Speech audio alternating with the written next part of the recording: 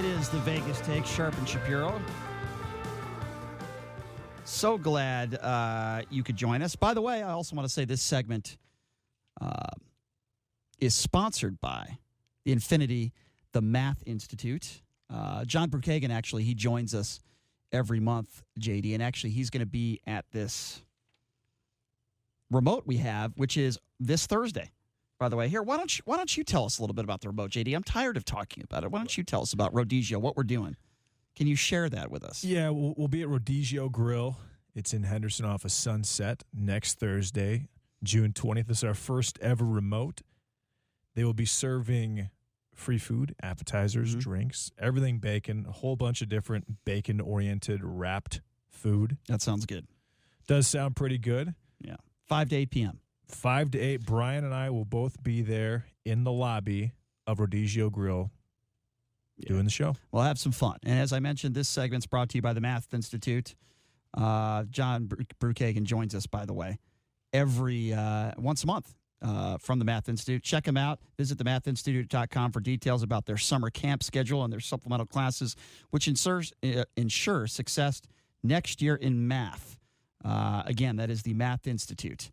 And thank you to them for sponsoring our show. Anyway, I wanted to get to the U.S. Open. And it is quite the leaderboard that we see up there. And I figured no better person to have on the show with us than the golf guru himself, Dennis Silvers. Dennis, thanks for coming on. How are you? What's up, Dennis? I'm doing good, man. I appreciate you having me on. A couple things right off the bat. I checked my calendar. I think I'm scheduled to change the air in my tires.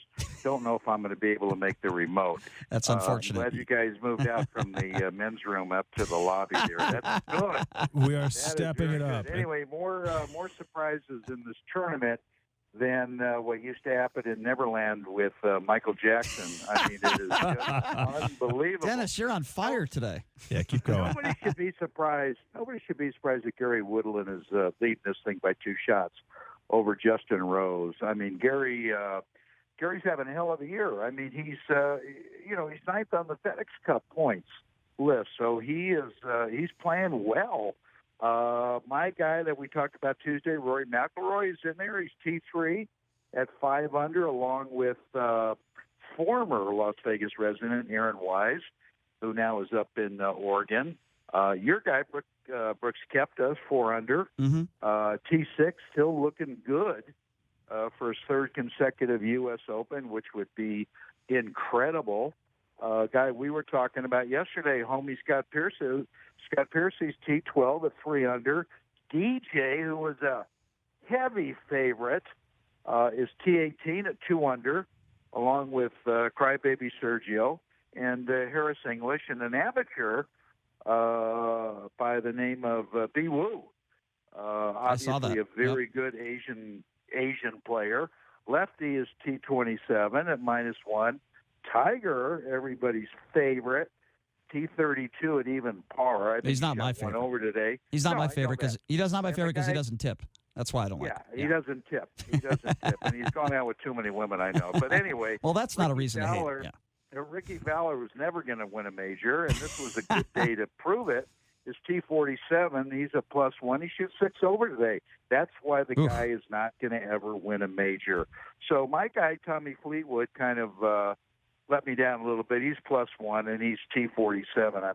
I'm really kind of surprised. But some of the other guys that didn't make the cut, Brian, were kind of a surprise. We talked about Tony Finau, who I love. He's +4. That's surprising. He missed the cut. JT, who's really not been playing well for several tournaments, also missed the cut at +4. Ernie Els, who was a total waste of an exemption. I don't care if he is a former champion or not. Shoots +6.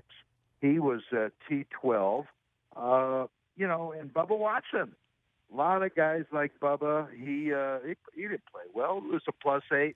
and homie Kevin Na, who I think JD was stupid enough to bet money on. He misses the cut at +7. All right, I'm going to stop you right there. I made a couple of wagers this week. I took my biggest bet was Xander Schauffele to finish top 20. I believe he is -3, so he's doing fine. Yeah, he's having a good tournament. I have Patrick Cantley, who I think barely missed the cut or barely made the cut. He barely made it. He's done. Barely made Barely the cut. made it. Yep. Barely made it. I have Matt Kuchar. That's my second biggest. He's -4. Yeah. And then I took Kira Deck, who did, who I believe is +7. Played horrible. Yep. And He played horrible, Oppie Barnrod. He's one of my favorite guys. Yeah. Listen, JD, I got news for you. Kuchar is so cheap that even if he wins the tournament, because he's so cheap, the damn sports book may not even pay you. You know, they'll say get it from Cooch. You know. But anyway, I love Gary Woodland. Listen, the guy is ranked 11th in All right, but hold on. regulation. Hold on, Dennis. Okay, hold on a second here. Now, I get it. Gary Woodland is having a great year. I get it. Yeah. He's a top 20 player. I get all Yeah. that. He has a 2-shot lead. Number one, it's only Friday. Number two, the guy has never won a major before. Now, he's never been here before. Now, has he been in contention? Absolutely. But he's never been the guy. On Sunday afternoon, if he has a 1 or a 2-shot lead, I wouldn't bet on him. And the reason why, because he's never done it before. And I look at some of these other guys creeping behind him, right?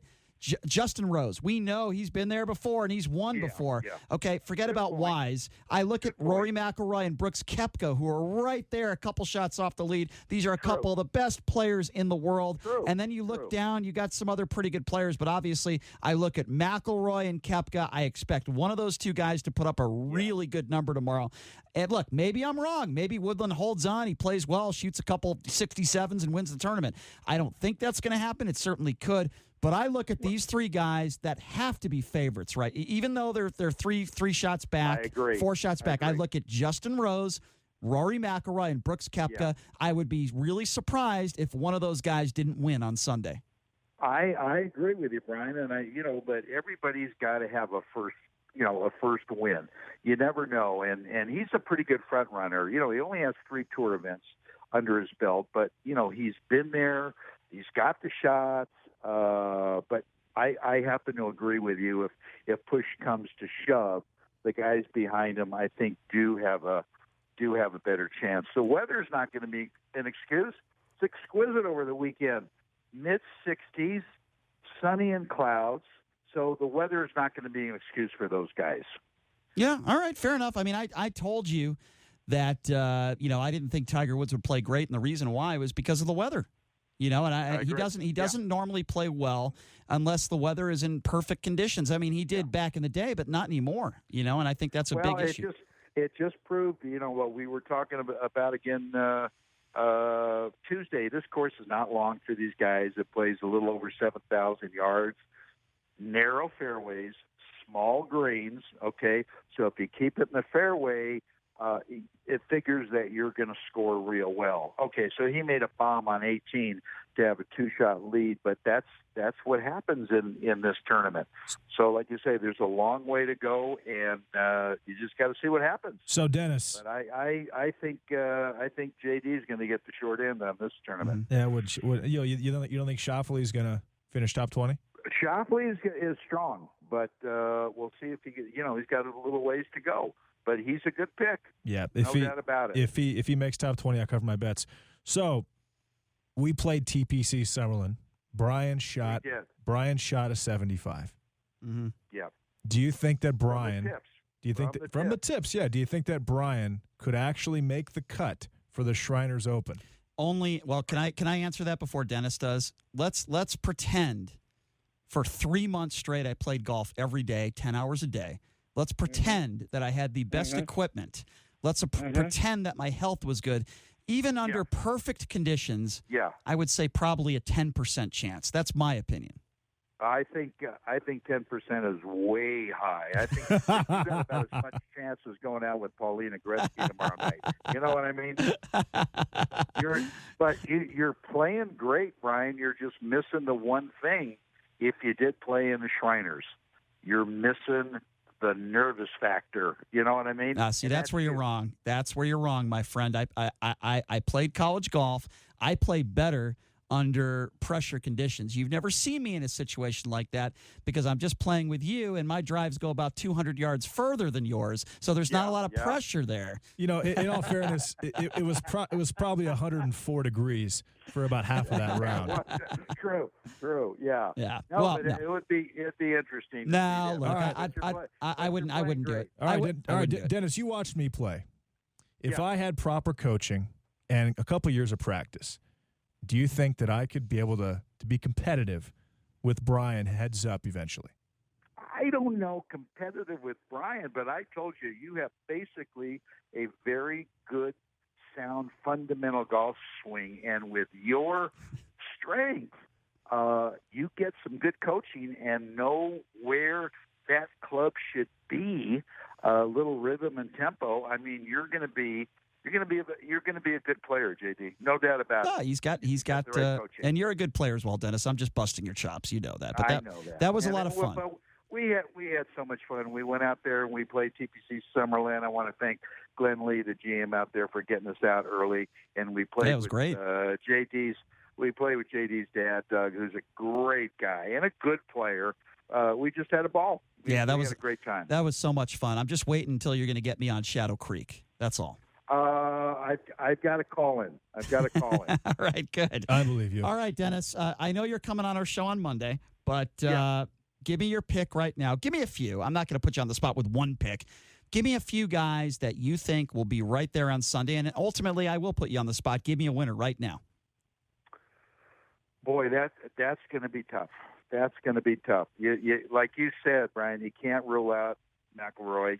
He's kind of on a roll, shoots 5 under. Brooks Koepka, like you say, is right there. A lot of good people behind. I think it's just going to depend on, now that they've made the cut, how aggressive they're going to be, course management, a lot of different factors. But I think we're going to know a hell of a lot more after Saturday. All right, fair enough. Yeah. Dennis Silvers, the golf guru. We will catch you on Monday, my friend, in studio. Thank you so much for coming on. It'll be a fun weekend to watch some golf. You got it. Thanks. All right, guys. Thanks, Dennis. Thanks a lot, Dennis. He is Bye-bye. Dennis Silvers, the golf guru. He also has a very good sense of humor, as we learned in that segment. Always love having Dennis on. All right, let me give you my pick to win this thing at this point. Obviously, I was way off on my pick with Cantley. He's not in contention. But I did say that Rory Mcilroy was my second pick, and I'm going to stick with my guns on that one. He's one of the best players in the world. He's playing some great golf, probably the best golf he's played in a few years. He's in contention. He's 4 shots out the lead. He's just got that walk about him. McIlroy's got that confidence about him again that maybe we haven't seen a lot of. He's got that Rory, that Scotland swagger. Yeah, I mean, he's crushing the ball. It's just going to come down to putting the ball, putting it. I mean, that's what it comes down with most of these guys. But I just don't think Gary Woodland is going to hold on. He's a fantastic player. He's a top 20 player in the world.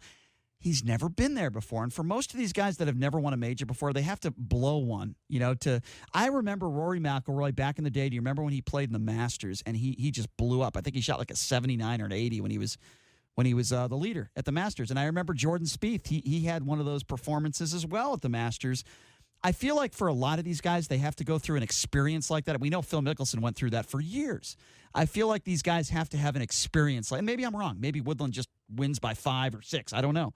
But I feel like a lot of these guys have to have an experience like that and to give them that extra drive to win the next time. I just don't think Woodland is ready yet. Maybe I'm wrong.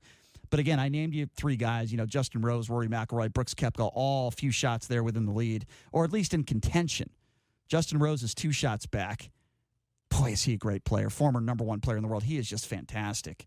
So consistent. And, there's some younger guys out there. Aaron Wise, who played here in the Shriners Hospital for Children's Open. Fun kid to watch play. He's playing really well.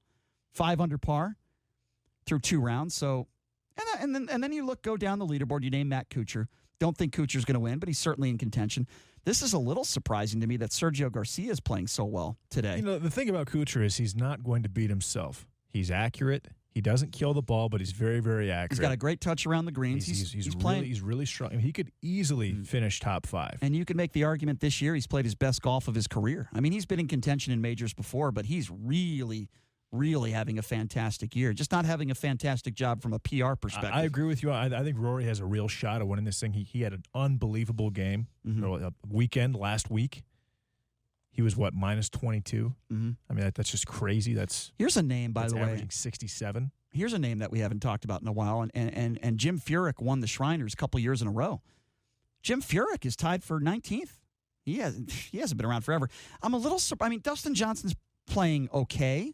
By his standards, maybe not great, but he's 7 shots back. I wouldn't say he's completely out of contention, but it's going to have to take a couple really good numbers for him to be up there Sunday afternoon. But Dustin Johnson's 2 under. He's a top 5 player in the world. He's right there. I'm happy to see Phil Mickelson up there. He played pretty well today. He's 2 under for the tournament. Jordan Spieth, again, I just don't think we'll ever see Jordan Spieth again as the top player in the world. I think he's lost a lot of confidence with his short game. He's such a good player. He's going to win tournaments, and it wouldn't surprise me if he won some more majors. But I just don't think we'll ever see the Jordan Spieth that we once saw a few years ago. I just don't think he hits the ball as far as these guys. Jason Duffner right there. There's another name. Webb Simpson's had a nice round today to make the cut. And then, you go down the list. I think the great thing about the U.S. Open is that, you can be an amateur and you could try to qualify. You can't really have that for a tournament like the Masters. They do accept amateurs if you win the U.S. Amateur and stuff like that. But if you have a handicap, you have the right to try to qualify to make the U.S. Open. And I think that is so cool. What an experience. I mean, there's so many great stories out there. Some of these guys that qualified for the U.S. Open this year. This guy might come to mind. His name is Pat Perzilli. He's a firefighter from Massachusetts. He also happened to play in the 2018 Masters and finished tied for low amateur last year at the U.S. Open at Shinnecock. So obviously this guy can play. But just the fact that he's just a regular everyday guy, a firefighter from Massachusetts, and here he is playing on a world stage in the U.S. Open, I just think that is so cool about this tournament. I absolutely love that. It reminds me a little bit. It reminds me a little bit of that movie Tin Cup. It's got that kind of feel to it. You could be a club pro, you could be an amateur player, and you have a chance, just like anybody else, to try to qualify to play in the U.S. Open. I think that is so great about this tournament, and I wish they would do that for every major. I really wish they do. But the fact that it is our tournament, it is the U.S. Open, I think the USGA does a great job with that, and I think it's awesome. They have qualifiers here in Vegas. Then if you win that, then you go to a state qualifier. Then you go to a regional qualifier. Then you go to a national qualifier. So there's a lot of different levels that you got to get to, but it is pretty cool. It's a lot of fun, so it's fun to watch. Does Trump send out an invitation to the winner of the U.S. Open to the White House? No, I think it was just Tiger. That's it. No, he's done with that.